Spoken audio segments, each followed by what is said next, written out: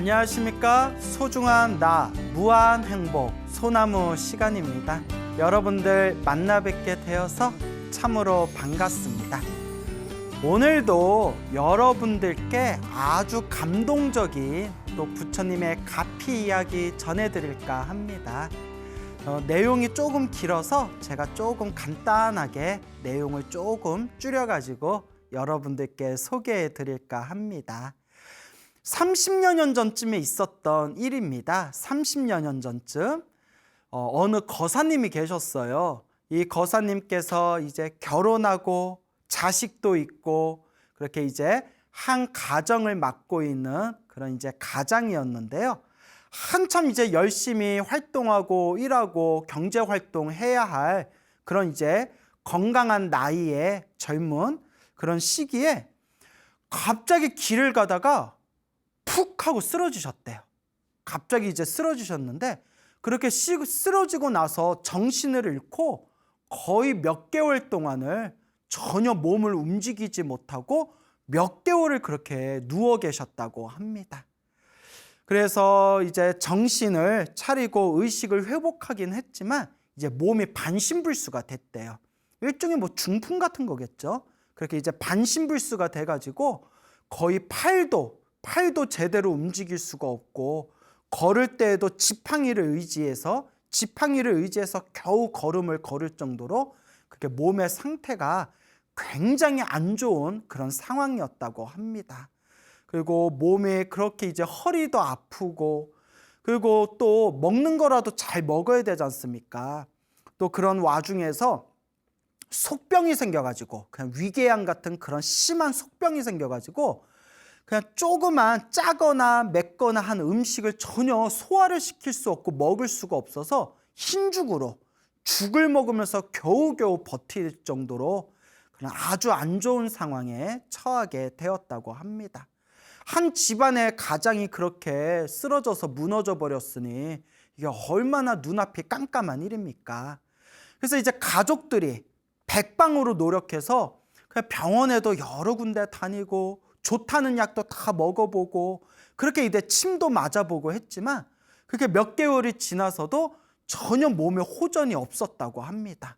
그래서 거의 팔다리를 거의 쓰지 못하는 상태에서 걸을 때는 그냥 지팡이에 의지해서 거의 걸을 수가 있었고 그리고 이제 반신불수가 된 상태에서 이제 위장도 너무나 이제 안 좋은 상황에서 흰죽을 먹어가면서 겨우겨우 하루하루 버티는 겁니다. 그렇게 이제 경제 활동을 하실 수가 없고 그리고 또 집에서 병원비로 약값으로 그렇게 이제 돈이 굉장히 많이 나가다 보니까 살림이 막 휘청거렸나 봐요. 그래서 우리 어른들이 그런 얘기 하지 않습니까? 집안에 병자가 하나 나면 집안에 기둥이 뿌리 뽑힌다. 옛날에는 그런 얘기 있었지 않습니까? 이게 다 남 얘기가 아니죠. 그러다가 그렇게 몇 개월 동안 고생 했는데도 그렇게 이제 몸에 아무런 이제 치유가 되지 않고 반응이 없다 보니까 어느 날 저기 계룡산 있죠. 계룡산 밑에 어느 유명한 한의원이 있었대요. 그 한의원에 기가 막히게 침을 잘 놓는데 그곳에 가서 치료받은 사람들이 많다라는 이야기를 듣고 그 계룡산 밑에 있는 한의원에 가서 거기서 이제 몇 날 며칠 몇 개월 동안 꾸준하게 침을 맞았답니다. 꾸준하게 침을 맞았는데 그렇게 침을 맞고 나서도 전혀 효과가 없었대요.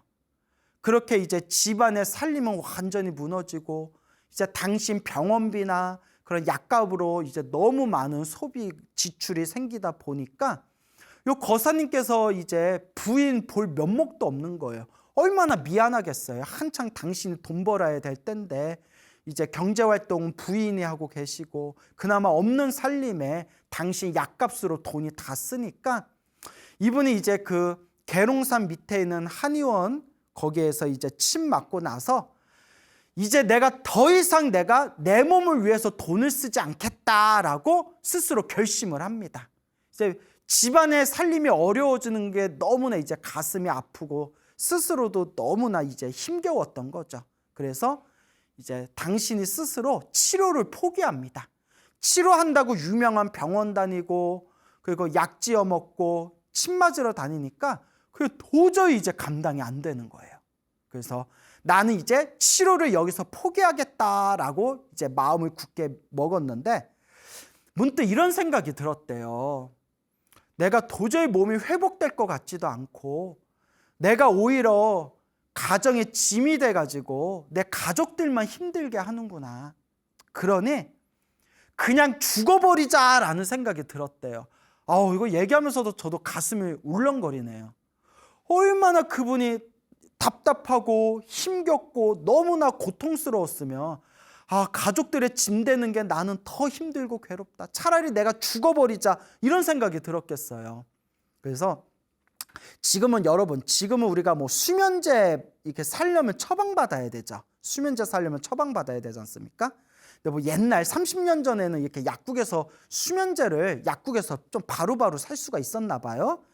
그분이 그 시내 도시를 수십 군데 약국을 돌아다니면서 내가 잠이 안 와서 그러는데 수면제 약 좀 센 것 좀 주십시오. 이렇게 사정사정 해가지고 그 수면제를 한 알씩 두 알씩 이렇게 조금씩 사 모았대요. 그렇게 이제 몇십 군데 약국을 이제 돌고 나서 수면제 이제 몇십 알을 구했답니다. 몇십 알. 그래서 그걸 먹어가지고 내가 이 인생을 내가 이제 하직해야 되겠다. 내 이 몸뚱아리 갖고 내 가족들에게 도저히 내가 폐를 끼칠 수 없고 짐이 될 수 없다. 그게 어떻게 보면 가장의 무게예요. 이게 한 집안의 그런 남자 가장의 무게가겠죠. 그래서 이 수면제를 털어먹고 죽어야겠다 생각하고 이제 수면제 몇십 알을 품에다 이제 품고 집에 들어갔는데 이제 부인이 그렇게 사랑스럽던 부인, 그 부인이 이제 바깥에서 일하고 안에서 병수발한다고 얼굴이 수척해져 가지고 그 보름달 같던 그 얼굴이 완전 반쪽이 되어 있더래요.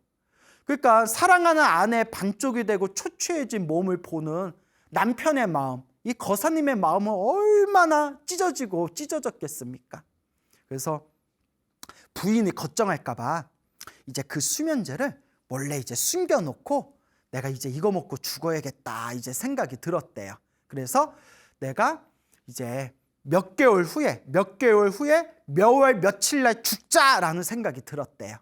왜 그날로 지정을 했냐면 당신이 갑자기 쓰러져서 반신불수가 된 지 2년이 되는 그 날이래요. 그 몇 개월 후가 그 2년이 되는 날이기 때문에 내가 2년째가 되는 그날까지 내가 몸이 회복하지 못하면 그냥 약 먹고 죽자라는 생각이 들었더랍니다. 약 먹고 죽자. 근데 여러분, 우리가 그렇게 쉽게 세상을 떠나서는 안 됩니다. 조금 이게 중간에 약간 새어나가는 얘기인데 수면제 때문에 이제 생각난 건데 저랑 이제 친분이 있는 어느 스님이 계셔요. 어느 스님이 계시는데 그분이 이제 한 30대 중반쯤, 30대 중후반에 이제 머리 깎고 출가하셨는데 자세히 그분의 사정은 모르겠지만 바깥에서 좀 뭔가 힘들고 괴롭고 답답한 일들이 많으셨나 봐요. 그래서 너무나 마음의 상처가 커가지고 내가 죽어야 되겠다 생각이 드셔서 수면제를 털어서 드셨대요. 수면제 몇십 알을 한 움큼을 털어서 이제 드셨대요. 죽으려고.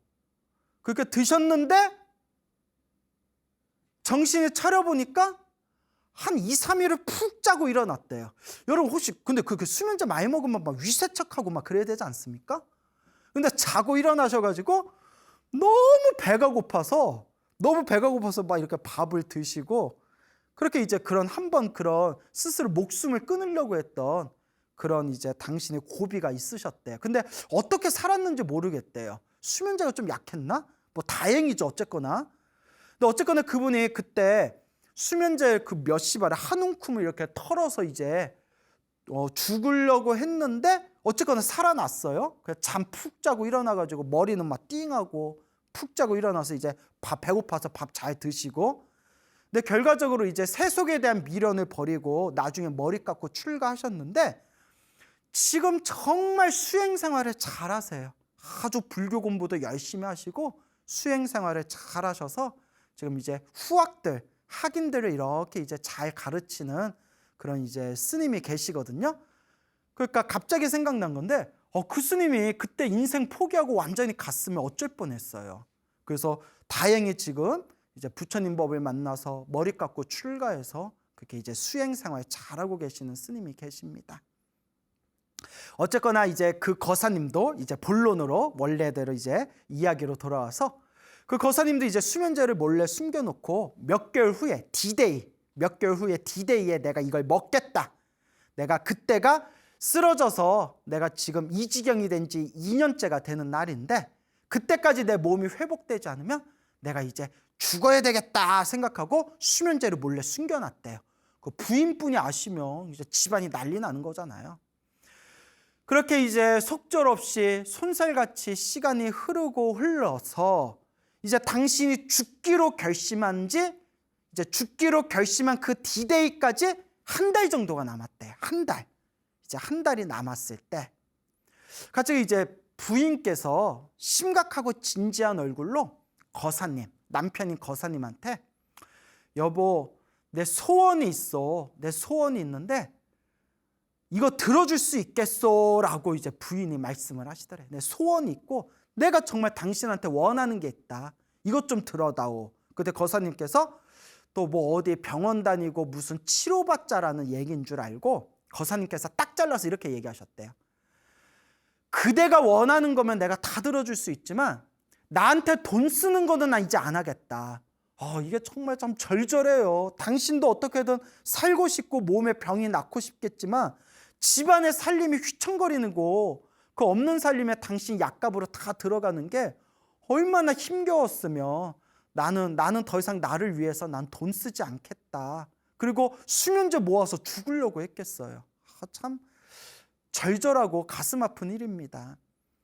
그래서 거사님이 나한테 돈 쓰는 거면 나는 그 소원은 들어줄 수 없다. 이랬더니 이제 부인께서 하시는 말씀이 그게 아닙니다. 돈이 아니라 당신의 마음의 자세, 당신의 마음에 달려 있습니다 하면서 요 부인께서 하시는 말씀이 부인분이 독실한 불자였나 봐요. 독실한 불교 신자셨나 봐요. 이제 남편한테 부탁하시는 게 여보, 한 며칠 동안만이라도 절에 가서 기도 좀 합시다. 며칠 동안만이라도 절에 들어가서 간절하게 기도를 좀 하세요. 그러면 반드시 부처님의 가피로 몸의 병이 나을 수 있을 거예요.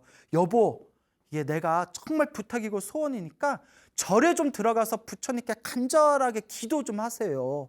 라고 이제 남편한테 간곡하게 권유합니다. 그 부인이 굉장히 독실한 불자셨던 것 같아요. 거사님께서 이렇게 곰곰이 생각해 보니까 내가 이제 죽기로 결심한 날, 수면제를 먹고 죽기로 결심한 날이 한 달 정도 남았는데 어차피 죽기 전에 부처님한테 기도하고 부처님께 참회하다가 죽는 것도 나쁘지는 않겠다라는 생각이 들더래요. 그러니까 그때 거사님은 이제 절에 가서 부처님한테 기도해서 내 몸이 낫는다, 부처님께서 내 병을 낫게 해주신다, 이제 이런 믿음은 없고 그런 거 바라지도 않고 이미 마음이 다 지쳤겠죠. 이제 완전히 지친 상황에서 그래, 한 달 후에 내가 죽기로 결심한 날인데 그래, 죽기 전에 부처님한테 기도 좀 하다 가자. 참회하다가 죽어도 그것도 괜찮은 거겠다 싶어서 이제 부인이 부탁하고 권유한 대로 절에 가서 이제 기도하기로 마음을 먹습니다. 부인의 이제 그 권유를 흔쾌히 이제 허락을 한 뒤에 부인이 이제 챙겨준 짐을 가지고 이제 지팡이로 절뚝절뚝 이제 유명한 관음도량, 관세음보살 기도도량에 이제 찾아갔대요. 그래서 이제 보통 유명한 기도도량은 거기다가 이제 기도 접수해가지고 한 몇 날 며칠 동안 방 하나 얻어가지고 기도하는 그런 이제 문화가 있지 않습니까? 그래서 유명한 이제 관세음보살 기도도량에 가가지고 거기 이제 종무소를 찾아갔대요. 이제 지팡이 짚고 이제 종무소를 찾아가서 한 달 동안 기도하겠습니다. 한 달 동안 제가 방에서 이제 지내면서 한 달 동안 부처님께 기도 좀 올리겠습니다 했더니 이제 기도 접수를 하니까 그 종무소에 계신 분이 이제 딱 봐도 몸이 성치 않고 움직이는 것도 성치 않으니까 그래서인지는 몰라도 이렇게 얘기하더래요. 일단 4박 5일만 지내십시오. 4박 5일 동안 기도하시고 나중에 또 오시면 그때 한 달 연장해 드리겠습니다. 그러니까 일단 4박 5일 동안만 이제 기도 접수하시고 법당에서 기도하십시오라고 이렇게 이제 이야기를 하더래요. 그래서 어쨌거나 종무소에서 이제 이렇게 하라는 대로 4박 5일 동안 기도를 접수한 뒤에 이제 그 절에서 지내면서 기도를 시작하게 되었는데 법당이 계단도 많고 하지 않습니까? 이제 지팡이로 비틀비틀 이제 올라가셔가지고 법당에 들어가서 막 몸도 이제 성치 못하고 힘드니까 끄트머리 벽에 이렇게 기대가지고 이제 기도를 시작했대요. 뭐 관세음보살 연부를 했겠죠. 그렇게 기도가 안 되고 짜증나고 집중이 안 되더래요. 너무나 기도가 안 되더래요. 그래서 기도가 안 될 때마다 마음속으로 부처님 제가 과거 전생에 지었던 제 업보를 참회합니다. 제 몸이 빨리 깨끗하게 소생하게 해주십시오. 제 몸이 빨리 낫게 해주십시오. 부처님 죄송합니다. 제가 전생에 지었던 업을 참회합니다 라고 부처님께 간곡하게 빌며 또 잠깐 동안은 기도가 잘 때, 근데 또 잠깐 동안 기도하다가 또 짜증나고 집중도 안 되고 몸은 아파 죽겠고 온갖 막 번뇌망상은 일어나고. 근데 우리 다 그런 경험 있지 않습니까? 평상시에는 뭐 아무렇지도 않은데 기도만 시작했다 하면 뭐 별의별 생각이 다 나지 않습니까? 온갖 망상이 다 일어나지 않습니까?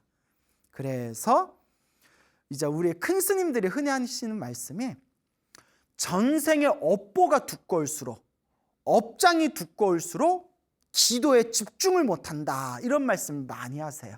여러분들도 동감하시죠?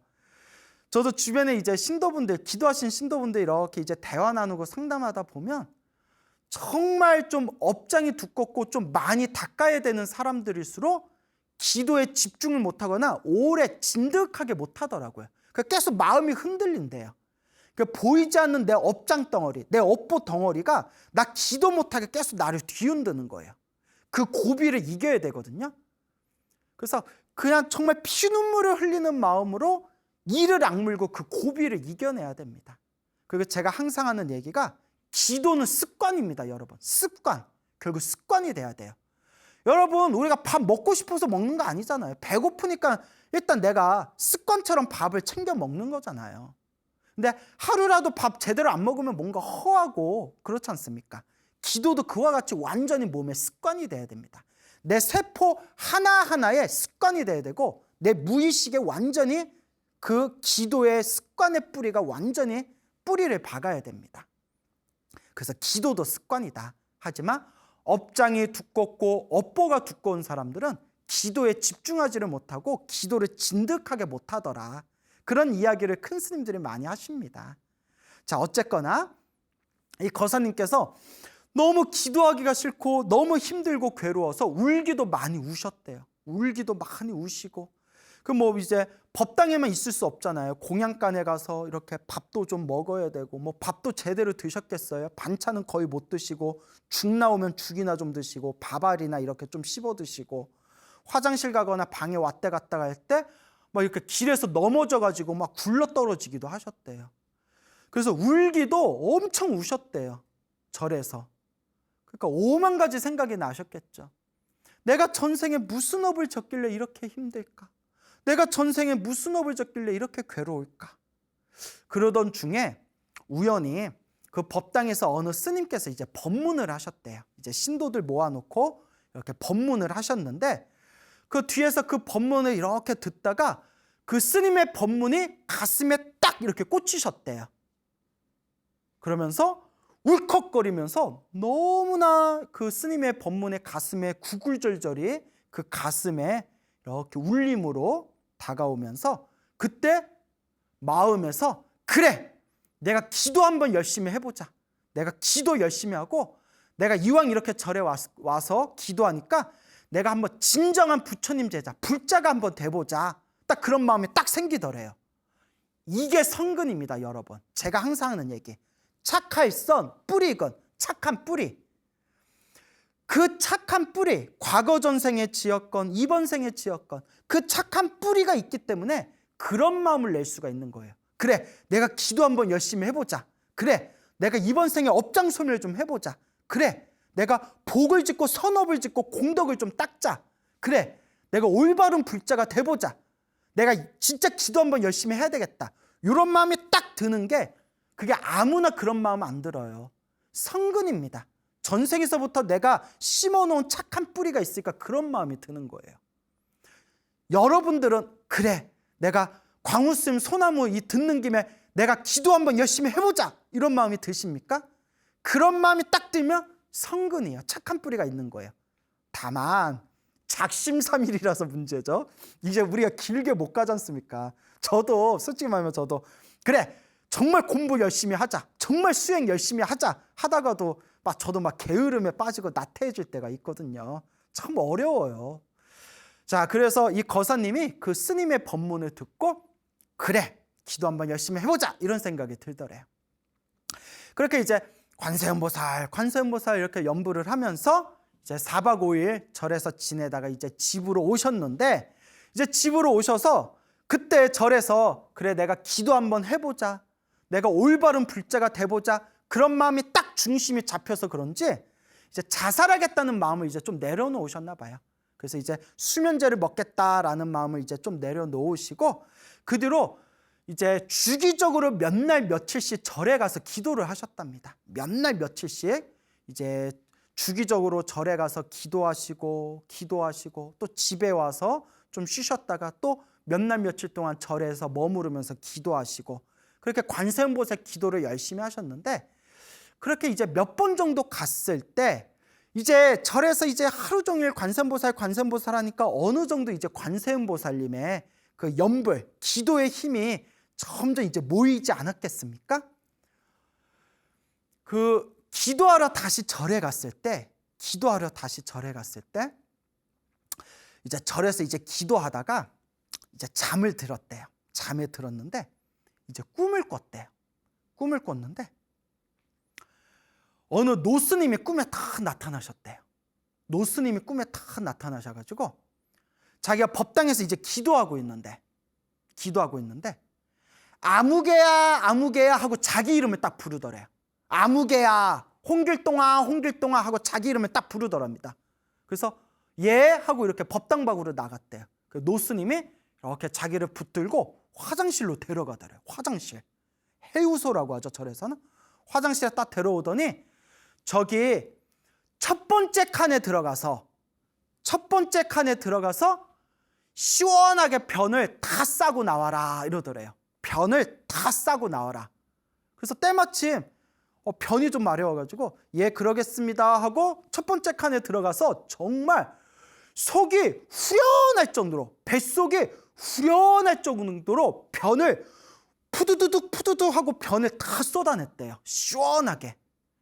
화장실에서 시원하게 이제 변을 다 쏟고 나서 화장실에서 나오니까 화장실 밖에서 노스님이 이렇게 기다리고 계시더래요.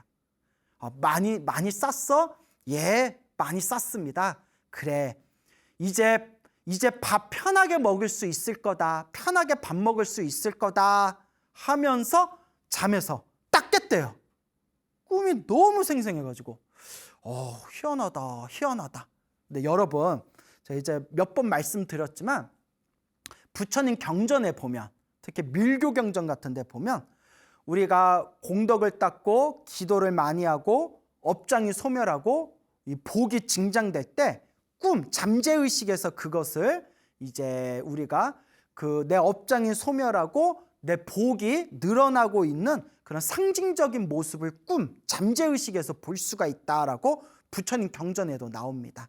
그래서 뭐 꿈에 불보살님을 본다거나 꿈에서 경전을 본다거나 환한 광명을 본다거나, 그리고 중요한 게 몸에서 더러운 게 빠져나가는 거, 막 토를 한다거나 몸에서 막 뭐 뱀이나 벌레가 막 빠져나간다거나 막 대소변이 시원하게 싼다거나 이렇게 몸에서 더러운 게 빠져나가는 게 업장이 점점 소멸하고 있다는 증거랍니다.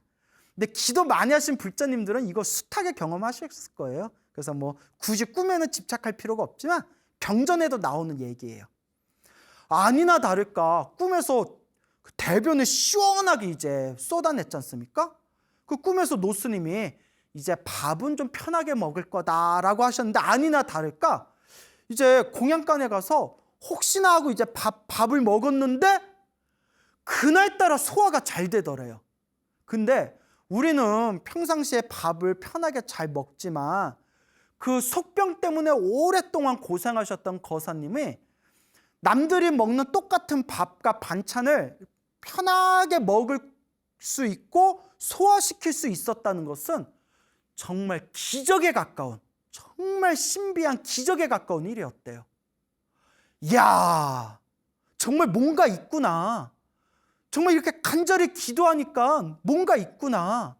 그래서 사람이 밥 먹고 소화가 좀 잘 되는 것만으로도 얼마나 복입니까? 그런 맛과 체험을 느끼니까 그때부터 더 열심히 기도하십니다. 그래서 제가 항상 이야기하지 않습니까? 불교는 지식의 종교가 아니다. 꼭 불교를 머리로 따지는 사람들일수록 기도 같은 걸 잘 안 해요. 그리고 불교를 꼭 지식으로 따지는 사람들이 몸으로 복을 짓고 선업을 짓고 공덕을 쌓는 것을 좀 게을리합니다. 그러니까 머리로 따지고 입으로 말하는 것만 좋아하는 사람들이 기도를 열심히 한다거나 복을 짓는 거를 좀 게을리하는 경향이 있어요.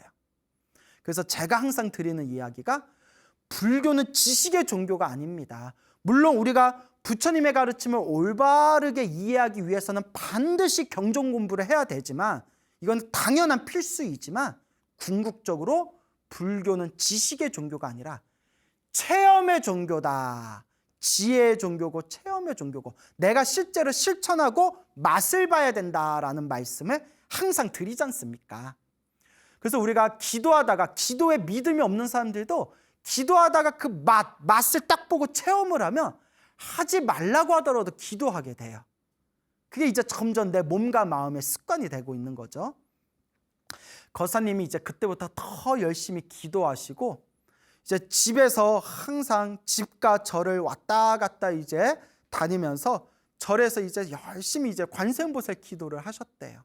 그러면서 그 절에 산길 위로 1시간 넘게 걸어가면 작은 법당이 있더래요. 작은 법당이 있는데 그곳을 절에 갈 때마다 한 번도 안 빠지고 매일매일 그 1시간이 넘는 그 산길을 지팡이를 짚고 항상 올라가셨대요. 지팡이를 짚고 그 법당에. 여러분 우리같이 건강한 사람도 야 1시간 동안 걸어 올라가야 산길을 1시간 동안 걸어 올라가라 라고 하면 우리같이 건강한 사람들도 그 쉬운 일이 아니거든요. 땀 줄줄 땀나고. 근데 그 거사님은 이제 지팡이를 짚고 그 1시간이 넘는 산길 위로 법당을 매일매일 이제 왔다 갔다 하시면서 그러면서 그 법당을 향하면서 그 산길을 지팡이로 한 걸음 한 걸음 옮길 때 어떤 마음으로 걸었겠어요? 한 걸음 한 걸음 관세음보살 관세음보살 한 걸음 한 걸음 관세음보살 관세음보살. 그래서 여러분 제가 제일 좋아하는 속담이 노는 입에 염불하자. 노는 입에 염불하자. 한 걸음 한 걸음 관세음보살 관세음보살. 그렇게 산길을 매일매일 다니시면서 그렇게 관세음보살을 기도를 하셨는데 그렇게 이제 몇 개월의 시간이 지났습니다. 시간이 참 빨리 흐르죠. 그렇게 이제 몇 개월의 시간이 지났는데 그 산길 위로 절에 갈 때마다 그 1시간 거리의 산길 위에 있는 법당을 오르락 내리락 한지 몇십 번이 넘었을 때 거의 70번이 넘어서 100번 가까이 다 됐을 때 그 지팡이를 짚고 중풍 걸린 반신불수 환자가 지팡이를 짚고 1시간 산길 위를 절에 갈 때마다 매일매일 올라갔다 내려갔다 했다고 생각해 보세요. 한 몇십 번이 넘었을 때 이렇게 산길을 올라가는데 몸이 너무 가볍더래요. 그 몸에 이제 근육, 힘이 붙은 거죠. 몸이 너무너무 가볍고 발걸음이 너무 편안하더래요. 내 몸이 좀 이상한데? 내 몸이 좀 이상한데? 하시더니 그날 이후로 지팡이 없이 산길 위를 올라갈 정도가 됐대요. 야, 이건 굉장한 겁니다. 그러니까 이 거사님이 몸의 건강을 되찾아가는 과정에 관세음보살 연불 열심히 한 것도 있지만 운동을 많이 해서 그런 것 같아요. 여러분 옛날에 그 유명한 이야기 있지 않습니까? 그 한 번쯤 들어보셨을 거예요. 예전에 그 유행어처럼 그 건강 상식 중에 누우면 죽고 걸으면 산다. 그 유명한 얘기 있지 않습니까? 걸으면 살고 누우면 죽는다. 그러니까 막 열심히 산 타고 걸어야 된다. 그 반신불수인 거사님이 그 1시간이 넘는 거리를 땀을 흘리면서 그렇게 몇십 번의 산길을 왔다 갔다 하면서 막 땀이 쏟아지면서 몸에 노폐물이 빠지고 그리고 막 혈액순환이 되고 몸에 근육이 붙어서 그래서 점점 건강을 더 되찾게 되신 것 같아요. 그래서 드디어 지팡이가 없이 산길을 산에 있는 법당에를 올라갈 정도가 되셨대요. 여러분 그 아까 제가 초반에 말씀드린 거 기억나시나요? 처음 절에 4박 5일 기도 갔을 때 그때 법당에서 방에서 화장실에서 법당까지 왔다 갔다 하다가 지팡이 짚고 왔다 갔다 하다가 막 몸의 균형이 무너져서 막 그 바닥에 막 쓰러져서 굴러떨어진 게 몇 번이었다고 했잖아요. 그런데 그 산길 위를 이제 지팡이 없이 걸어 다닐 정도가 되셨대요. 그래서 이제 거사님이 더 신나서 열심히 기도를 하셨겠죠. 그러던 어느 날이었대. 어느 날 또 절에 오셔서 법당에서 이렇게 관세음보살 연불을 하셨대요. 관세음보살 계속 관세음보살 연불하시다가 그 연불하다 깜빡 잠이 드셨는데 그 깜빡 잠이 드는 비몽사몽에 생생하게 비구니 스님 3분이 나타나셨대요. 비구니 스님이 3분이 이렇게 나타나셔가지고 비구니 스님이 요 거사님 허리에다가 이렇게 막 약을 발라주대요. 허리에다 막 이렇게 약을 발라주시더니 약을 막 발라주시고 그리고 허리를 밴드로 세게 딱 쪼아줬대요. 그 순간 허리가 시원하면서 막 허리 디스크 때문에 막 너무나 고통스럽고 아팠는데 허리가 너무나 시원하면서 기분이 좋아서 벌떡 일어났는데 딱 눈을 떠보니까 꿈이고 그 꿈꾸는 순간에도 자기 입으로 계속 관세음보살 이렇게 연불을 하고 있더래요. 그 짧은 순간에. 그래서 뭐 꿈이 생생하네 하면서 화장실 좀 가야겠다고 이렇게 일어나는데 허리를 일으키는 순간 허리에서 우두둑 소리가 나더래요. 우두둑 소리가 나면서 그날 이후로 그토록 자기를 괴롭혔던 허리 통증이 흔적도 없이 사라지셨대요. 가피 받은 거죠. 진정한 의미의 가피를 받은 거죠. 거사님께서 너무 기뻐가지고 막 눈물이 나왔겠죠. 제일 먼저 이제 아내에게 전화를 합니다. 내가 이런 꿈을 꿨고 허리가 아프지가 않다. 그러니까 그 부인분도 얼마나 기뻐하셨겠습니까? 여보, 가피 받았네. 관세음보살 가피입니다. 관세음보살 가피입니다. 그때 거사님께서 내가 더 열심히 기도하리라. 내가 더 훌륭한 불자가 되리라. 그러니까 이제 마음으로 다짐하면서 그렇게 이제 신행 생활을 해 나갑니다. 그리고 점점 완전히 이제 그 숱하게 병원을 다니고 약을 먹고 침을 맞고 저번 집안의 살림이 휘청거릴 정도로 그렇게 몸에 병이 낫지 않아가지고 아무리 애써도 그렇게 낫지 않았던 몸의 병이 이제 점점 호전되면서 드디어 옛날에 그 건강했던 모습으로 다시 돌아오게 됩니다. 거사님이 어느 날 꿈을 꾸셨대요.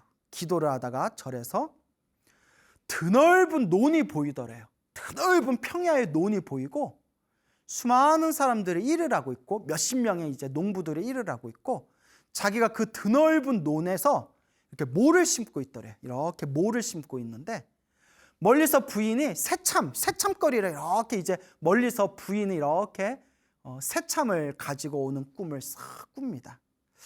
너무나 꿈이 편안하고 너무나 생생해서 너무나 인상 깊어서 부인한테 물어봤대요. 내가 이런 꿈을 꿨어. 그 부인이 하시는 말씀이, 내가 보기엔 이거 아내분이, 이 부인분이 진짜 도인 같아요. 그 부인분이 하신 말씀이 기도 더 열심히 하라는 뜻입니다. 왜냐?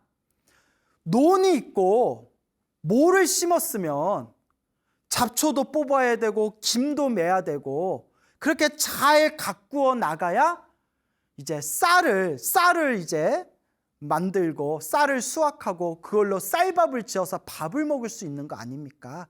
그러니까 잘 기도하고 잘 닦으라는 소리 아니겠습니까? 그 사람이 딱 들어도 아유, 그 말이 맞네, 더 열심히 해야 되겠네 라는 생각을 일으키셨다고 합니다. 결과적으로 거사님께서 완전히 건강을 되찾으셨다고 합니다. 완전히 이제 정상인과 같은 그런 건강을 되찾게 되셨고, 항상 마음속에 품고 있는 항상 이 감사한 이 마음이 부처님을 향한 감사함, 관세음보살님을 향한 감사함, 그리고 절대 잊을 수 없는 가장 고마운 존재가 바로 나의 부인이다, 나의 아내다. 정말 이 거사님이 정말 부인복이 있으셨던 것 같아요. 과거 전생에 지었던 나쁜 업보가 있어서 이번 생에 큰 병고를 겪으셨지만 전생에 지었던 한 가닥 큰 성근이 있으셨는지 정말 좋은 아내를 만나서 그 아내의 권유대로 절에 다니면서 열심히 기도하시고 열심히 관세음보살님을 향해서 염불하고, 그리고 그 힘든 몸을 이끌고 지팡이를 가지고 그 산길을 오르락 내리락 하면서 그렇게 애쓰고 애쓰셨기 때문에 이와 같이 고통의 나날 속에서 평온과 편안을 얻게 되지 않았는가라는 생각이 듭니다. 우리가 살아가면서 우리 앞에 펼쳐진 모든 행복과 불행이 다 내가 지은 업의 인연이다. 내 앞에 펼쳐진 좋은 일도 나쁜 일도 다 내가 지은 업의 인연이구나.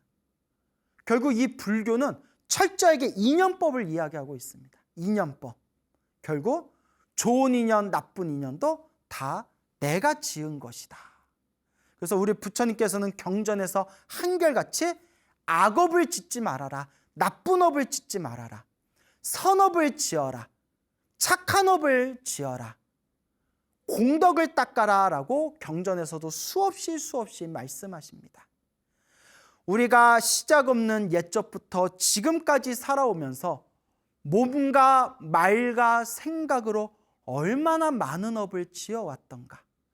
시작 없는 과거 전생에서부터 탐욕과 성냄과 어리석음에 물들어서 몸과 말과 생각으로 알고 지었건 모르고 지었건 내가 지은 이 업장과 업보, 이 악업이 그 얼마나 많단 말인가. 만약에 내가 지은 이 죄업들을 쌓을 수 있다면 저 수미산보다도 높을 것이고, 바다로 만약에 표현하자면 이 세상에 있는 모든 바닷물을 모아놓은 것보다도 훨씬 더 깊으리라. 결국 내가 지었던 이 업보와 업장과 죄업을 닦는 것도, 그것을 소멸하는 것도 결국 누구의 몫일까요? 온전히 나의 몫입니다, 여러분. 그래서 항상 기도하고 항상 염불하고 기도하는 그 자리마다 내 형편껏 조금씩이라도 복을 짓고 그렇게 내 마음을 잘 닦아나가야 됩니다. 그리고 여러분들께 꼭 당부드리고 싶은 게 당연한 얘기지만, 몸이 아플 때는 그래도 무조건 병원 가셔야 됩니다, 여러분. 아유, 병원 가봤자 소용없어. 광우스님 소나무 봤는데 그냥 기도 열심히 해서 부처님 가피 받으면 돼. 절대 그렇게 생각하시면 안 됩니다. 제가 항상 드리는 얘기가, 진로는 의사에게, 약은 약사에게, 법률 자문은 변호사에게. 그렇잖아요, 여러분. 다만 병원에 다니시고 의사가 권하는 대로 현대의 그런 어떤 과학기술에 의술에 의지해서 내 병을 고쳐 나아가시되 도저히 인간의 힘으로도 어찌할 수 없을 때에는 부처님께 간절하게 기도해서 이 가피를 받는 신비한 가피의 세계가 있다. 이것을 이제 말씀드리고자 하는 겁니다. 몸이 아플 때는 반드시 병원에 가서 이제 상식적이고 체계적으로 그렇게 치료를 받으셔야 됩니다. 다만 지긋지긋하게 오랫동안 나를 괴롭히고 힘들게 하는 것들이 과거 전생에 내가 지었던 업보들일 수 있기 때문에 이제 내 업장을 소멸하면서 기도하면서 치료를 받으면 더 빨리 그런 치유의 효과를 일으키지 않겠느냐라는 그런 말씀을 드리는 겁니다. 그래서 우리가 이러같이 도저히 내 힘으로 어찌할 수 없는 그런 절벽과 같고 낭떠러지와 같고 정말 내 힘으로 어찌할 수 없는 거대한 그런 인생의 힘겨운 벽을 만났을 때 우리가 의지할 수 있는 최상의 의지처, 최고의 의지처가 무엇이냐? 그거는 바로 부처님이고 바로 부처님의 가르침입니다. 여러분, 간혹 제가 불교 TV에서 이제 이런 신비한 가피 이야기를 많이 하다 보니까 사람들이 제가 좀 법력이 있거나 법력이 있어서 내가 가지고 있는 우리의 고통을 조금 광우 스님이 이렇게 법력으로 좀 소멸해 줄 수 있지 않을까? 이런 마음이 오시는 분들이 있으신 것 같아요. 근데 여러분, 다시 말씀드리지만 제가 아무리 부족한 중생이지만 그래도 여러분들한테 제가 솔직해야 되지 않습니까? 저는 아무 법력도 없고 아무 신통도 없습니다. 그리고 저는 나한테 돈 많이 가져오면 내가 너 치료해 줄게. 나한테 돈 많이 가져오면 나한테 많이 갖다 바치면 너의 집안의 우환을 다 사라지게 해줄게. 저는 이런 거 절대 믿지 않습니다. 오히려 이런 것들이 수많은 중생들을 어긋나고 어리석은 길로 이끄는 것 같습니다. 당장 힘들고 괴로운 사람들은 그냥 저분의 말만 믿고 저분이 분명히 나를 도와주시겠지 하고 돈도 바치고 마음도 바치고 그러다가 또 상처받는 일들이 우리 주변에선 너무나 많습니다. 여러분, 오직 부처님한테 의지하십시오. 오직 내가 지은 업장은 내 기도로서만 소멸하고 풀어나갈 수가 있습니다. 기도를 열심히 했는데도 효과가 없다면 그건 효과가 없는 게 아닙니다. 알게 모르게 내 복이 점점 차오르고 있는 하나의 과정이고 내 업장이 소멸하고 있는 과정입니다. 절대 밖에서 절대 어리석은 사람들을 의지하지 마십시오. 여러분들이 힘들고 괴로울 때 여러분들이 의지할 수 있는 존재는 바로 나 자신이고 바로 부처님의 가피입니다. 그래서 부처님께서 분명히 말씀하시기를 사람에 의지하지 말아라. 사람에 의지하지 말아라. 자기 자신에 의지하고 법에 의지해라 라고 말씀하셨던 겁니다. 힘들고 괴롭고 답답하고 여러분들 인생에 힘겨운 고통스러운 벽을 만났을 때 기도하십시오. 기도하고 복을 짓고 여러분의 마음을 잘 닦아나가시기 바랍니다. 불보살님의 가피는 분명히 여러분들과 함께합니다. 여러분, 행복해지고 싶습니까? 행복한 삶을 창조하고 싶습니까? 복을 지으십시오. 선업을 지으십시오. 공덕을 쌓으십시오. 복과 선업과 공덕의 힘이 여러분들을 진정한 행복의 길로 이끌어 줄 것입니다. 여러분, 오늘 여기서 마치겠습니다. 성불하십시오.